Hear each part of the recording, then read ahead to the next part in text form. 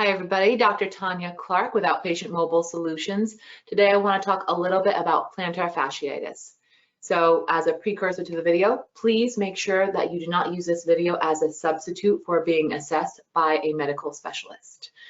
So with regards to plantar fasciitis is the fascia on the bottom of your foot that becomes inflamed. The inflammation causes pain.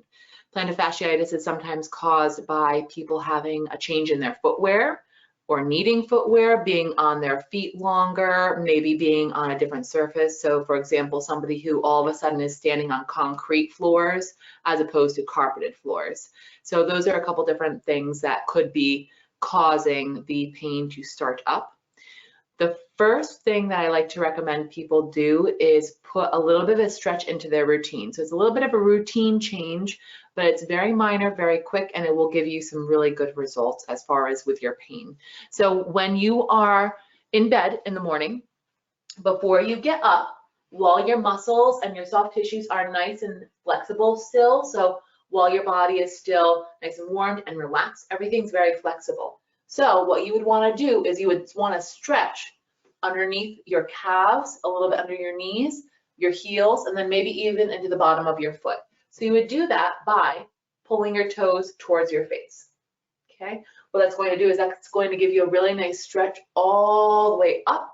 So then when you go ahead and put weight through your foot, when you're standing up out of bed, that weight bearing isn't going to be as painful. So that's exercise number one. We'll call it an exercise. Exercise number two is with a ball of some sort. So I am a trigger point girl. I love trigger point. I think it's very effective. So using something like a tennis ball is great to help relieve that tension in the fascia in your foot and will help it to be less painful. You can use a golf ball. It's going to be more intense, but it is possible. You can also use a nubby ball or a poked outside ball. They kind of look like a hedgehog on the outside. But you can use those also. Really personal preference.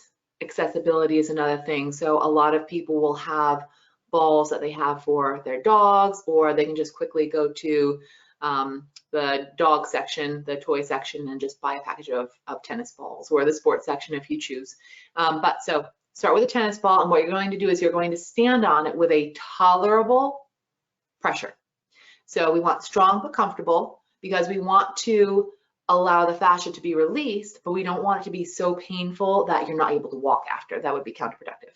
So strong but comfortable. We don't want too much where you injure yourself, and we don't want too little where you're not doing anything. So we're going to show that real quick here. So what you do, have it on the floor, find the sore spot, and you can push in. Okay, so you would push in for about 30 seconds to a minute, and you would push, push, push until your foot starts going, melting around the ball. You'll feel it.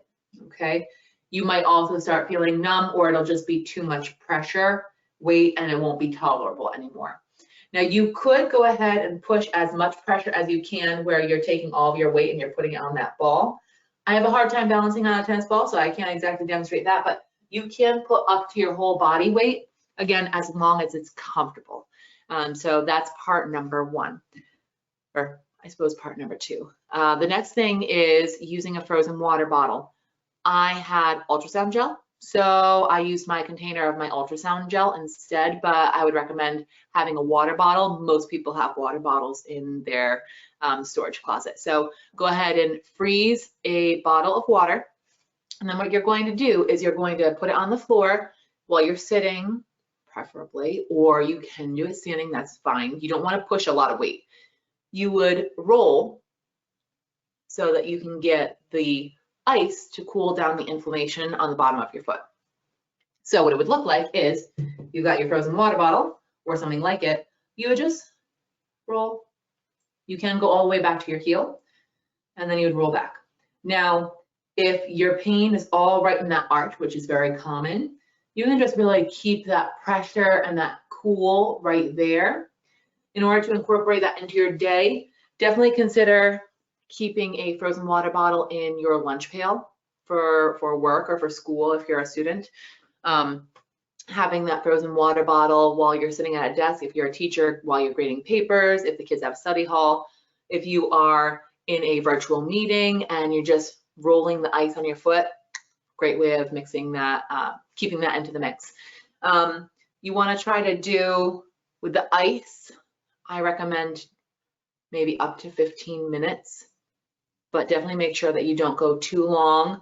I usually start at 5 minutes, and then if you need more, keep going. Your foot is very thin as far as the tissue layers. So by keeping it minimal, you are going to really get to that quickly. So between 5 and 15 minutes, that should be it. If you do that in the morning and then at night, you should notice a really good result.